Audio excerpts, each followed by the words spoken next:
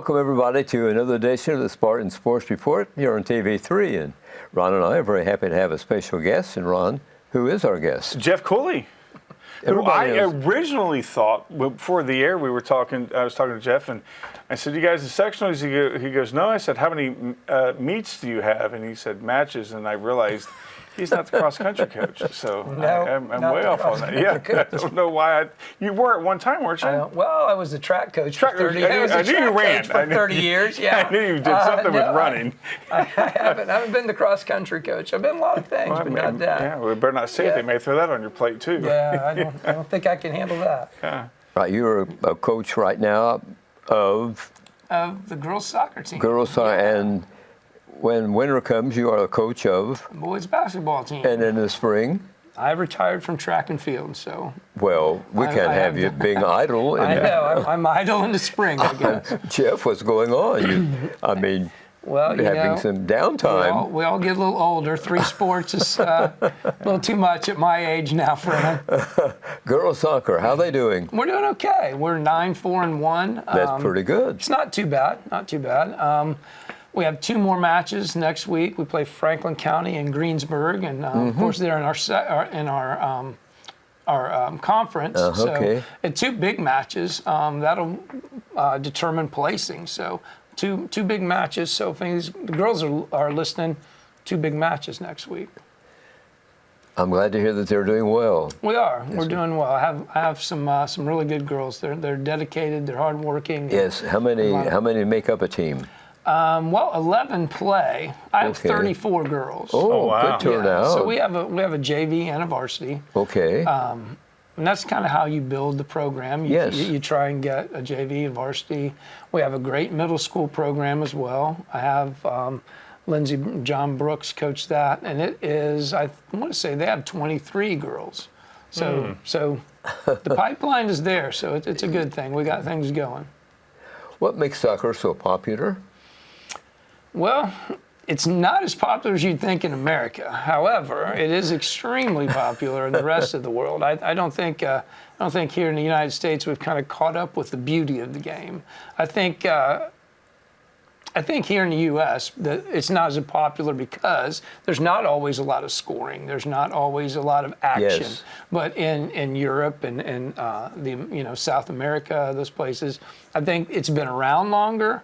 And I think people kind of understand the beauty of it, the artisticness of it, if you will. The footwork. The footwork. It's some of the things that these, not only my girls, but like the professionals can do with their feet and manipulate the ball it's amazing. And it really is amazing. That's why they call it football. Football, that's right. Football, yeah. That's true. Is there a difference in European soccer and American soccer? Not the game itself, but the level of play, certainly. They've been doing it over there for years and years and years. And American soccer is relatively new, I guess you would say. So I would just say the level is probably different, but the game itself is not different. What makes a good soccer player? Speed, agility, and good footwork, for sure. You have to be able to run. Some of my midfield girls run 5 or 6 miles in a game. Wow. You have to be able to manipulate the ball with your feet and make it do what you want. Patience too is a big part of it because you don't get a lot of shots on goal. You don't score a lot of goals, but you have to be patient and work the ball, and that's a really good attribute to have as a soccer player. Tell us about your team members. Let's see. We just had senior night Thursday night, so I have 6 seniors, a bunch of juniors, a bunch of sophomores, and 5 freshmen. So good. That's kind of our makeups. And I think actually there's 12 or 14 8th graders that I'll get next year. Wow. So it's divided pretty equally. I would say that the majority of the girls that play are juniors, so I'll have a pretty good core back next year. I'm excited for that. Yeah, that is good. So as a coach of soccer, you don't have timeouts. No timeouts. Yeah, no timeouts. I mean, you have to think on the fly. You do have to figure it out on the fly. Yeah, there are no timeouts. Halftime is a good time to, you kind of reset things, and then you can communicate with them. There's a lot of, especially girls who are on the other side, there's a lot of yelling and pointing, and the communication's tough, but you can take them out if you know, and sub them in if you need to. And that happens during the game. I mean, that's all like because you can't call timeout. I am bringing this girl in. It's, hey, you're out and you're in. Yeah. You have to wait until a dead ball, but you send a girl to the halfway line and the ball's dead and it's your ball, then you can sub, and I can bring her over and talk to her. And a lot of times it's just like positioning. She'll be too high up the field or not high enough, or a lot of times it's positioning. Yeah, it's more than just kicking that ball around. It is more than kicking the ball around for sure. Yeah, we have. Who are your opponents? Excuse me, fellas, but who are your opponents? Who members of the teams that you play? The other teams that you play? Well, we play every EIAC school. Okay. We play.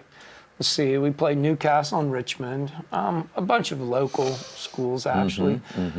We did the junior varsity. Got a game with North Central in Indianapolis this year, so that was something different for them. Yes. Who else? We played Triton Central, we play Hauser, we play Anderson, just kind of anything. I try and schedule games within about an hour and 15 minutes so we don't have to be on the bus for a long, long time. Centerville, we've played Centerville. Lawrenceburg, of course, they're part of the EIAC. Sure. Yeah. The teams that we play in other sports, mostly. Yeah, mostly. Yeah, it's pretty similar. You play in any teams that have the artificial? Actually, most have artificial turf now. Oh, wow. We are actually the exception. Wow. Us and Rushville are the only two, if I'm thinking correctly, which I think I am, are the only two that play on natural grass. Franklin County has turf. Batesville has turf, Lawrenceburg has turf, East Central has turf. So they play on their football fields? They play on their football fields, Wow. yeah. They put in that turf. We do not. We have a beautiful grass field, which I love. We have nice lights, a beautiful field, nice lush grass. I'm kind of a purist. I don't like to play. I don't like to play on turf. Actually, when the English teams come over here, well, here's a good example of they don't like turf. I went to watch Liverpool play at University of Notre Dame, right? Yeah. That's turf. Yeah. They changed it to real grass because they would not play on turf. Yeah, so they sodded it. Wow. Yeah, so I mean, that's a purist. Now, I understand the functionality of it. You're never going to get rained out, really. It's never going to get messy. The maintenance and all that, but I'm sure the game is faster. The game is it's a different game, really. It's a lot faster. The ball bounces a lot differently. Especially, people don't think about this. You kick a ball kind of off center and it's spinning. When it hits that turf, it'll go pretty good. Whatever way it's spinning. So it's a total different game. It always, when we go to these turf fields, it takes my girls a little while to figure out how hard to pass it, how that balance is going to be. So wow, do they like it? Some do, some don't. It's personal preference. I don't like it. Yeah, I don't know if I would either. Yeah. But that smell of grass. I also think that more injuries occur on turf because it doesn't give. I've had more injuries on turf just because you get your cleat caught and it's doing what it's supposed to be, giving you traction, but then your knee goes and your foot doesn't. Or on grass, it has a little bit more of a give. So it's a harder surface. It's harder, yeah. And it's a heat problem in there at times. It is a heat problem. There's 2 or 3 times this year that we were supposed to go play somewhere and they had to postpone the game till later because it's just too hot. It gets to the shoes. It gets very hot. You can feel it through your shoes. Yes. Yeah. We were going to play at Knightstown one night and the turf was 132 degrees. So we had to put it off another hour till it cooled down. Yeah. Yeah. A big disadvantage to turf, in a way. In a way, yeah, I think so. But as you say, the maintenance is another advantage to turf. Yeah, the maintenance is for sure. So you have to balance. Yeah, you paint it once and you're done. You don't have to. Like a grass field, when you mow it, you'll have to repaint it. What about folks attending the meets? Parents, pretty much. We don't have a huge following, but I would say that we draw a few people.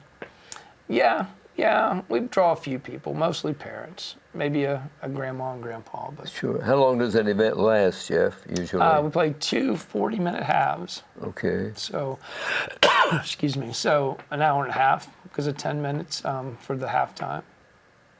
Yeah. And there's no stopping. I mean, no, there's no stopping. The only time the clock stops is for a goal, so they can reset, or an injury. Yeah. Otherwise, nope. Yeah. With the popularity of like Cincinnati has a professional team, Columbus has Ohio has a professional team. With that starting on the rise, are you seeing more kids interested in soccer? Not really. At the younger levels, that the feeder program down at this complex. That's fun to watch. It's been pretty steady, really. Yeah. Really good numbers, actually. Yeah. So I'm sure that does have some influence on it, but I don't know. We're lucky that we do have. At one point, there were 600 or 700 kids in the little kids. So, excuse me. Yeah, you can pick up a lot from that. We do. Yeah. And now with that kind of continuing into middle school, that's even better. Yeah. Years past, we had kind of a gap. There would be those K through 6 kids who were really into it. We didn't have middle school except for some travel. Now we have a middle school team, which kind of carries that on through, which has been a good thing. Good. Who's on your staff who helped you a lot? Well, like I said before, John and Lindsay Brooks coach the middle schoolers for me. Zach Morgan has been with me for, I think this is our 8th or 9th year. He's my assistant and JV coach. That's it. That's our staff right there. Well, that's it. That's all we have. Do soccer players hit the weight room?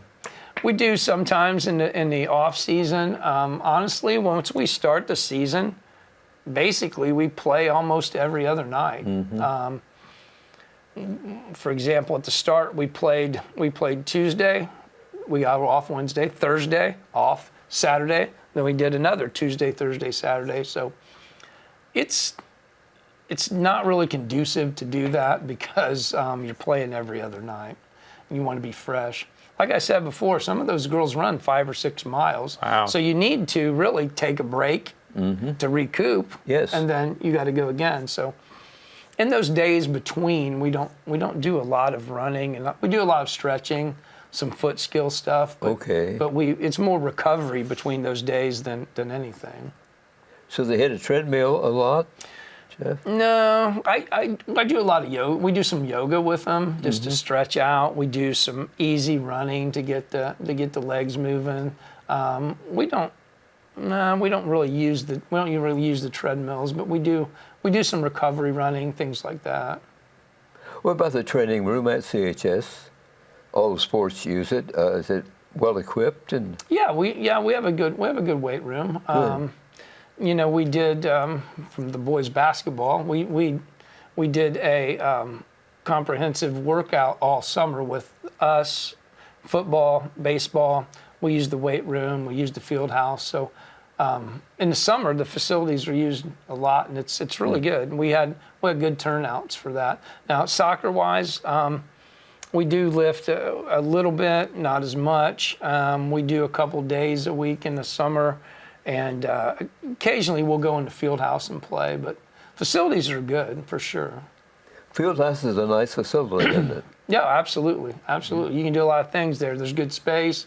You can petition or cordon off the courts, so you can have one thing here, another, and another.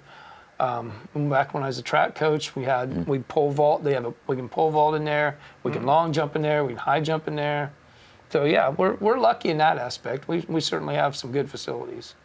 What's the outlook for your other coaching duties when soccer ends? And well, hopefully soccer won't end for a while, but we do have the sectional next week.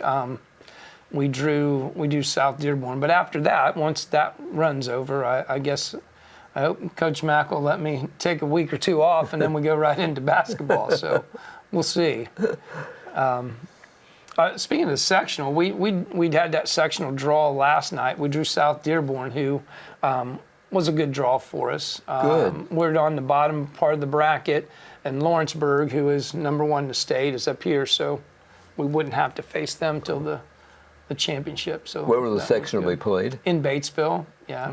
Which is, we already played down in Batesville this year, so it's on turf, of course, and so we're familiar with that facility at least. Does it rotate among the schools? It does. Every 2 years, every 2 years you realign the sectionals, and then the whoever's in the sectional, they get together and they say, well, we'll host soccer this year, or we'll host basketball. So the ADs kind of like figure that out. I think for this cycle, Batesville's going to host it both times, I think. Will it come to Spartans? Well, it could. If we, in 2 years when we realign, they'll decide who's going to host it again. So, okay, so it could, yeah. We have the facility that will handle it. Oh yeah, absolutely. Good. We could host a soccer section. That'd be fine. That would be great. I would love that. Anytime I don't have to get on a bus, that would be fantastic. That sounds good. A lot of travel involved in what you got to do in there. Yeah, I've put in a lot of bus miles for sure. Is Connersville the only school in the conference that has its own field that's not sharing with the football? Nope, Rushville does also. Rushville has a really nice soccer-only field. It's inside of their track.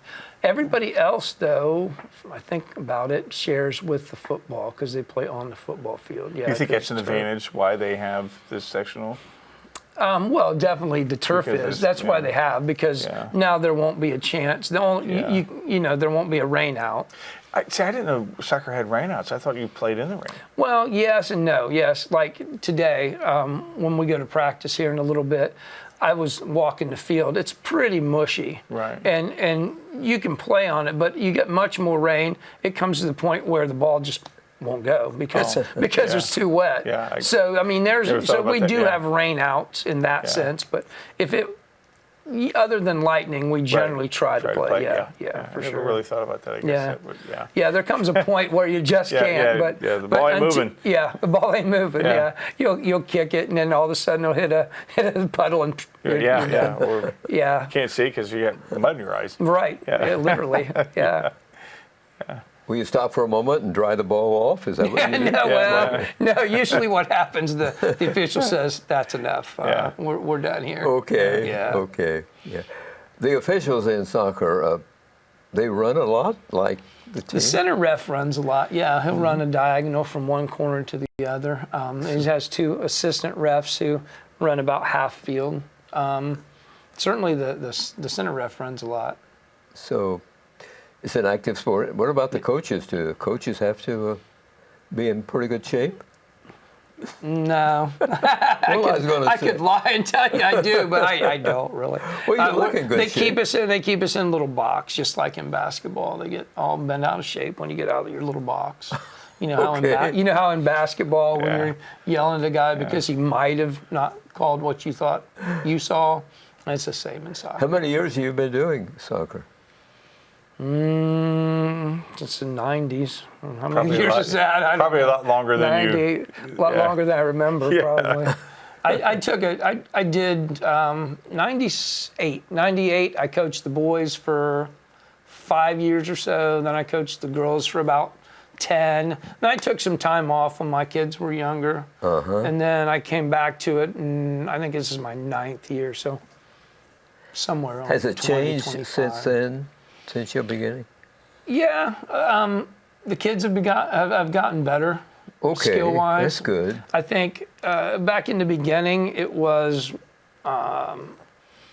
more like a recreational thing. Like kids played it for fun, and not that they don't play it for fun now, but it's more like a sport. Kids work at it. They put in time in the off season, so they're faster and better. I've seen that throughout the years for sure. Kids getting more skilled. That's good. That is good. That is Interesting. good. Just like in anything, the more work you put in the off season, the better you're going to be during the season. So we try to encourage kids to do that. And some do, some don't. When you're not coaching, what do you do at CHS?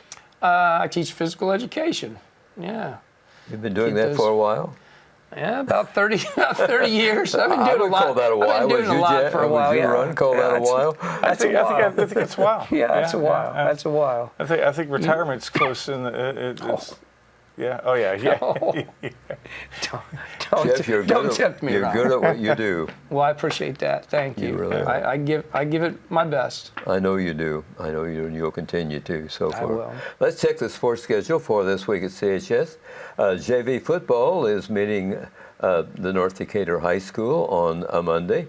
On Tuesday, the boys at tennis will be at Union County. John, they're about to wind down, aren't they, Jeff, and go into the finals? Yeah, or sectionals, yeah. And that'll be at Connorsville. Yes, yep. I believe so. Yes. That'll be absolutely right. That'll be exciting for the local fans. Girls soccer will be at Franklin County High School, and that's at 5:30 start. Boys junior varsity soccer will be meeting Talawanda High School. That'll be at Talawanda. Where is Talawanda? Oxford. It's Oxford. Yeah. Oxford, okay, Ohio. That's a 5:30 start. Yeah. Okay. So it's off 27. JV volleyball will be at Muncie Central High School, and that'll be at the field house here at CHS. Girls junior varsity soccer will be at Franklin County High School, and of course that's at Franklin County at Brookville at 7 o'clock. They'll be starting that. Varsity volleyball versus Muncie Central High School. That'll be at Muncie Central. That has a 7 o'clock start. On Thursday, girls soccer will be at Greensburg at 5:30. They will be, or at 5 o'clock. They'll be beginning.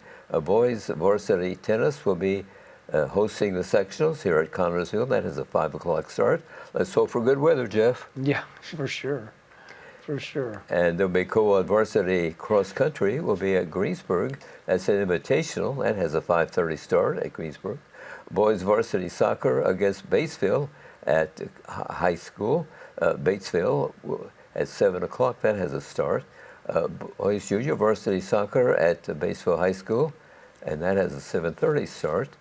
That's a CHS soccer game will be in Connorsville. On Friday, varsity football versus East Central High School. That is a 7 p.m. kickoff time, Friday night. On Saturday, it'll be junior varsity soccer at a soccer tournament. Where's that coming up, Jeff? You tell me about the JV boys are at Greenfield Central. Okay. Yeah, they're playing in. That's kind of their year-end culmination for the JV. They play in a tournament at Greenfield Central. Okay. How are we doing in the conference? Did you tell us? My team? Yes. We are, well, our conference is quite good. We are 1-3 in the conference right now. Okay. Yeah, we have Lawrenceburg, number 1 in the state. Batesville. Really? Number 1 in the state? Yeah. Lawrenceburg? Batesville, yeah. Lawrenceburg they have given up 2 goals all year. They're 13-0. Wow. Yeah, so they're pretty good. Then Batesville's top 10. So, I think South Dearborn just cracked the top 20. So, yeah, wow. EIAC girls soccer is pretty good. Yes. Yeah. Some tough opponents, but yeah, I know you got your girls doing well and everything, and that's important. Yeah, we're giving our shot. We'll see. I know you'll go far in the tournament. The winner goes where from our sectional? Where it advances to? It's not like nowadays. When you win the sectional, you either host or you go to whoever won the other sectional. Oh. There's not a neutral site like in basketball. Like you go to either, and this is 24. This would be the even year, so that would be the year for us to go to sectional, the odd sectional. Now I don't know who that would be. Yes, I see. Yeah, it depends. But yeah, it depends on who wins. Sure. Yeah, that would be our old sectional, like Heron, Ron Colley. So the winners would meet either at one of their sites. Yeah. Do you play some Indianapolis schools? You mentioned Ron Colley. We've played. The JV played Indianapolis North Central. We used to play some of the southern, like right inside of I-65, like Beach Grove and Heron and Crystal House. because they were in our sectional. Well, this year we got moved out of that sectional and into the southern one with Lawrenceburg. And well, basically it's the whole EIAC. What class are we in soccer? We're in 2A. There are 3 classes in soccer. Yes. 1, 2, and 3. 3 being the biggest. And that depends on? That depends on your enrollment. Right. Yeah. And there's some other factors like success factor, like Park Tutor, for example, won, so they got moved up. So when you win a state title in one class, you move up. And there's an accumulation of points. If you've won so many, I don't exactly know the points, so many regionals, or if you've made it to the state, then you accumulate points. Well, you get a certain number of points, then you move up a class.